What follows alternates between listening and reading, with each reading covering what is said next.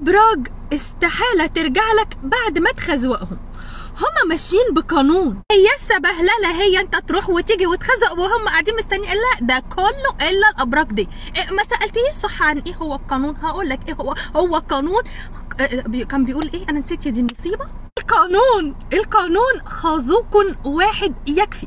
هو خازوق واحد في حياتنا كفايه قوي على كده. خلي بالك الابراج دي بتفكر 1600 مره قبل الارتباط، بس عشان اصون كرامتي اللي هو اقعد لوحدي بس مش عايز قرف. المركز الاول برج الجدي، ده عنده مشكله. ايه هي بقى؟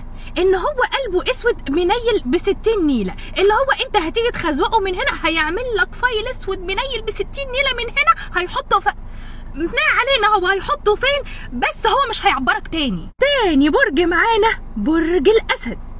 ابن مين في البلد انت ياض علشان خاطر تخزوق برج الاسد؟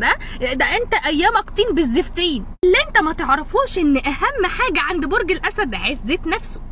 جيت جنبها بقى يا حبيبي ما ترجعش تزعل لو انت مثلا عديت صدفه كده من قدامه يقوم مفرج الدنيا عليك كلها. انت ازاي تجرؤ يا واد كده وتيجي كده واشوفك بالصدفه؟ ده انت ليلتك سودا. تالت برج معانا برج العذراء.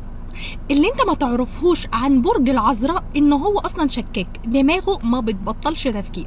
واللي انت ما تعرفوش اصلا ان هو صعب يبان رومانسي قدامك، صعب يبين حنيته لانه قلبه شويه حجر، يعني مش شويتين تلاته. فكونه ان هو يوريك الجانب الحنين، الحته الطريه، الجانب الرومانسي، فانت بالنسبه له يعني حاجه كبيره قوي. انت بقى ما صنتش العشم اللي هو اتعشمه فيك والحب اللي اداهولك والطاقه اللي خرجت منه اللي ما بتخرجش الا للحبيب والغالي.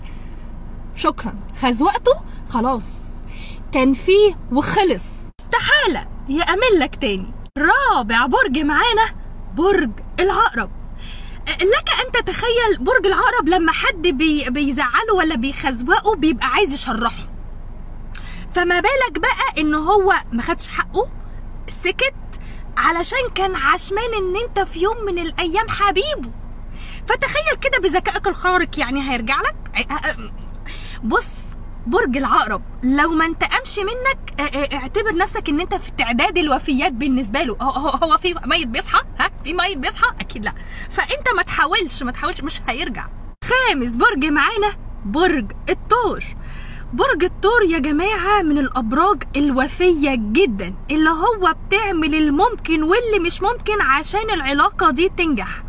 وخليك دايما في دماغك حاجه، ان اكتر واحد تاخد منه رد فعل هو الشخص اللي بيضحي قوي، والثور دايما بيجي على نفسه عشان يرضي اللي حواليه.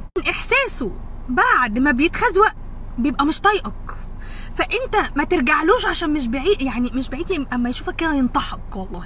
تالت برج معانا هو برج بيفكر كتير جدا، وعنده اهم حاجه التحليل والمنطق.